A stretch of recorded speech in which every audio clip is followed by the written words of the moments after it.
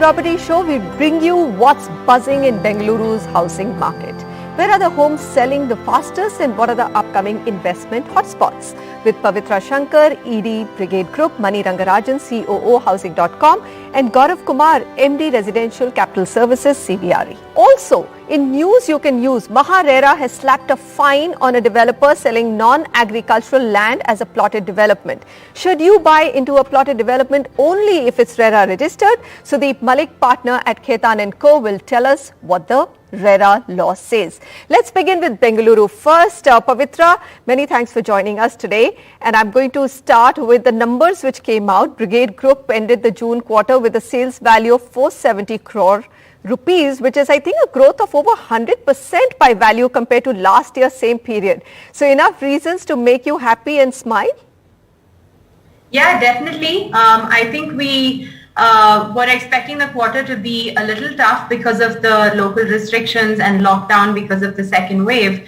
But I think while a lot of people were, affected in their personal lives, etc., the hesitancy to actually go forward and make a residential purchase was a lot less compared to last year. So actually we were able to see a good number of conversions there, and we've actually seen the market pick up substantially since then as well. So where we were at the end of Q2 last year, we're actually seeing that already happen in July and August. So we feel pretty confident that in the end that could have just been a blip, and we're very confident of the coming few quarters. So I'm looking at the sales velocity numbers, which is monthly sales velocity, Pavitra, and this is housing.com data. 2015, Bengaluru was selling over 4,000 units per month on an average. And with, all the ups and downs, today we are at, or we've ended 2020 at about 1955, or let's just round it up to 2,000 units a month. That's the run rate of Bengaluru market. Do you feel that with so many things aligned, which is low interest rates and, prices haven't moved up so much, there is a possibility that you could reach that number, or those are heydays, let's not benchmark ourselves to that number? I think this year will be better than the last. A lot of what we know and expect from the COVID, pandemic has really sort of shown itself over the last year. So I think with the vaccinations happening, with people, starting to come back to work and generally sort of understanding how to mitigate the spread of COVID, or how to just make it a little easier on themselves, I think this coming year should be pretty good compared to last year. And we're actually seeing that on the ground in terms of higher site visits, the interest of people to buy. I feel the conditions that you mentioned earlier about higher affordability and lower home interest rates all sort of have helped so many of the people who are sitting on the fence and maybe not necessarily wanting to take a call. Sitting at home for so long has just sort of increased their perceived value of having a home. So they have actually started to make those decisions now. And, starting in 2020, when during the lockdown and after that, a lot of developers were giving incentives and schemes to sort of help people take the decision and make the plunge. That has sort of catalyzed a big movement towards a better absorption on the residential. Okay. But you still, I think it's a difficult one to say whether you will reach 4,000 run rate of 4,000 units sold every month or not. So, Mani, the data is from housing.com. What do you predict? I mean, looking at the fact that actually on pricing, if I see that prices have gone up from 4,600 in 2015, which is per square foot, to about 5,400. This is probably better than what I've seen in terms of price movement in either MMR or definitely NCR market. Do you believe that the actual monthly sales numbers will go back to their heydays in the next, let's say, 12 to 24 months? Is that a possibility? I wouldn't say that we'll probably go back to the heydays in the next 12 to 24 months. It may take slightly longer than that. But the fact is that when you look at the first quarter of this year, the monthly run rate was close to about 2,700 units. And as Pavitra said, we feel that the rest of 2021 will be far better than what we saw in 2020. Mm-hmm. One of the very interesting things about Bangalore is that during the second phase of the lockdown, online demand did not slow down, right, during April to June. Transactions did slow down for the reasons that, most of the weekends during April to June were like locked down. And about 80% of home buying tends to happen during the weekends. But we have seen a very, very strong recovery in the month of July. In fact, if I look at sales done by PropTiger in July and compare it on a year-over-year basis, the growth rate is north of about 50%. All right. And on the pricing front, Manisha, we have seen that developers have gradually reduced the discounts. So in fact, we started seeing that behavior right from the month of February and March, when the discounts gradually started coming down. The thing in Bangalore is that when you look at the inventory overhang of about 70,000 units, only about 20% is ready to move, compared to about 25% which we saw last year. So there's not too much of ready-to-move inventory. We are talking about 14,000 to 15,000 units, mostly located in the south and the east parts of Bangalore. There's some amount of ready-to-move inventory which is unsold in the northern part of Bangalore. And considering all this, and also considering the fact that there are a number of branded players in Bangalore, we are likely to see prices firm up, and we are unlikely to see any price correction downwards. Mm-hmm. Okay. Gaurav, pretty well summed up between the two participants, but let me ask you one thing. We constantly talk about the health of the real estate market, and the CBRE residential report actually delves deeper into it. Would you agree with me that Bengaluru has always been one of the healthier residential markets in India, with probably the lowest delayed apartments, and also in terms of the developers' capability to deliver and their financing and funding in place? I think Bangalore's been blessed on many counts, and not just the weather. It is the darling of private equity funds, lenders, because the fundamentals of the market has always been so strong. So even while there were some other cities during our heydays of the residential boom, prices went up significantly. Bangalore's always been very stable as far as price appreciation is concerned. The other thing to note about Bangalore is that the buying audience, which is primarily a tech buying audience, has not been affected by COVID, Manisha. So COVID's taken away a lot of shine from travel and hospitality, and maybe in some cases financial services. But the tech sector continues to be very, very strong. And these are your buyers who are either looking for larger homes, or they're looking to be first-time buyers. And if you're a first-time buyer, whether you're in Bangalore or anywhere else in India, today you're faced a situation where replacement cost of homes is actually more than what developers are selling homes for. So land prices have only gone up, construction costs have only gone up, but home prices have actually corrected over the last 4 or 5 years, and that makes it such a great investment haven for not just retail buyers or HNIs, but also institutional investors and lenders. I mean, they love the city. Tech absorption has been great for the first 2 quarters as compared to the rest of the country. While there are some churns that are happening from a leasing perspective, but overall the market's growing, and as long as the market's growing, your buyer base is always going to be very, very strong. So we feel very, very good. Like you said, it's at the start of the discussion, it's a happy discussion because Bangalore is doing so well across all sectors, not just residential, but office and retail. Great market to be in if you're a developer. Yes, development firms do complain that price appreciation is not as healthy as maybe a Bombay or some other markets, but that's the reason why demand is so robust. I think you've summed it up, but I'm going to now look at some of the markets which are doing well. Now that we've spoken about the fact that Bengaluru is one of the healthiest markets. So from the list that I've got from housing.com, under 50 lakhs, let's see which are the markets which have done very well. Bagalur, Devanahalli, Electronic City Phase 2, Kogilu, Bellary Road and Varathur Road.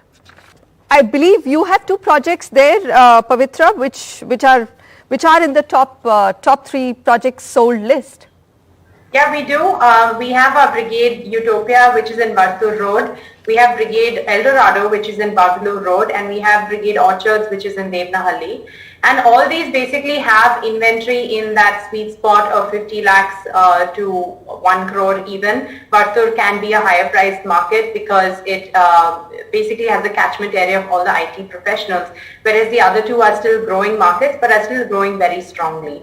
So all of those products, they're all in mixed use townships, which we as Brigade feel presents a very good value proposition to the customer. So these are great markets for Bangalore. Some are more established and some are growing.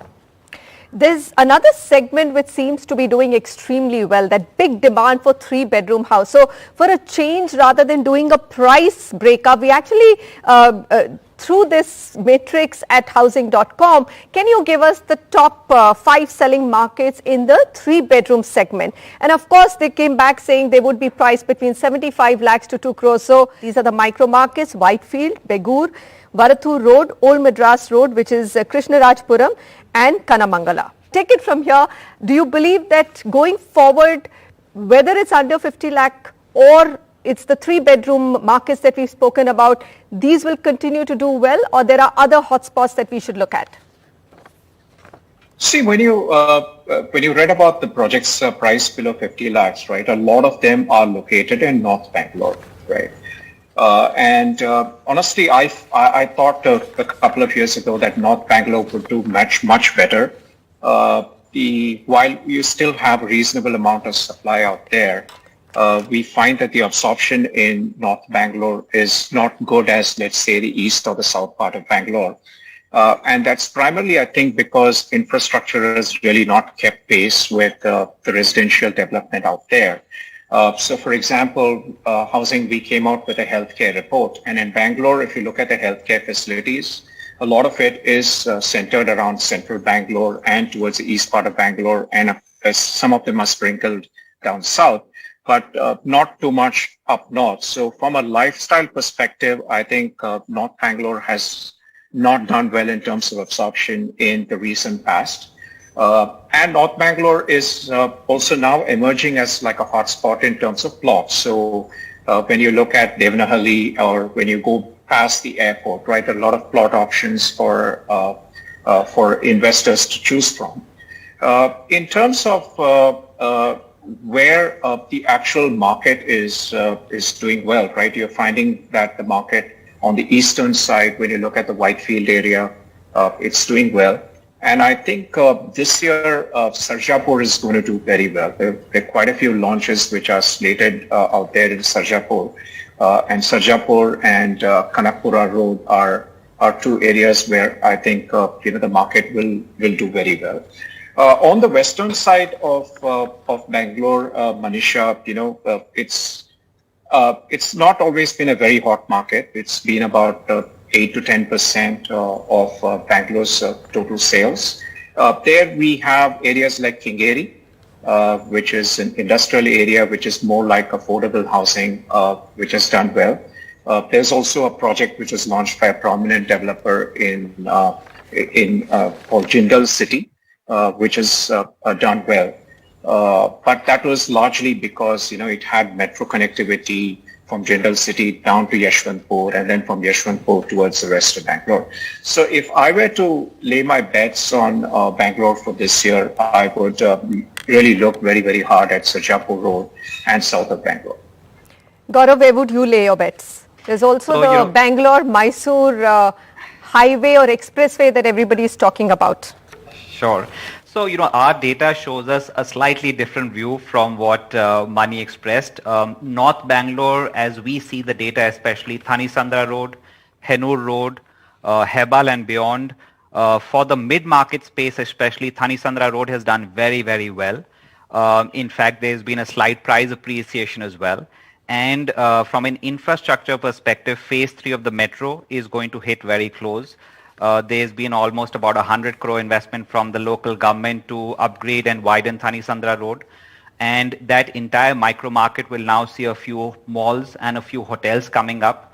And the problem with, Sarjapur Road, Outer Ring Road, Whitefield is that while they're very, very well established micro markets, to find affordable supply is becoming more and more difficult. So while a lot of our clients want to go there, but as they start seeing options, there's been a great appreciation in prices in many of those projects. So if you are looking for value, if you're looking for proximity to the airport, as we see RFPs by large multinational corporates, they are now more and more saying we want to be in North Bangalore, we want to be closer to the airport, They feel that the eastern side of Bangalore, while it's a well-established community, in a post-COVID environment, is likely to see some traffic. So from our perspective, what we are seeing traction in the mid-market space, in plots, the quality of developers who are bringing in supply is very, very good in North Bangalore. So, my bet would be for North Bangalore.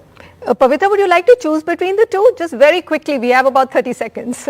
You've raised a QIP of about 450 crores or more, in fact, 500 crores and to buy land. So where would you put your money?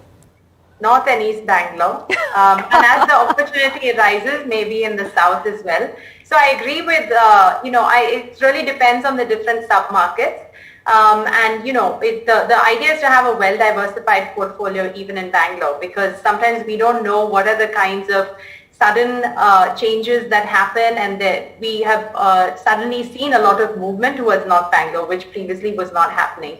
So I think it's important to actually have product across the city, and that's the beauty about Bangalore. It can grow in all different directions.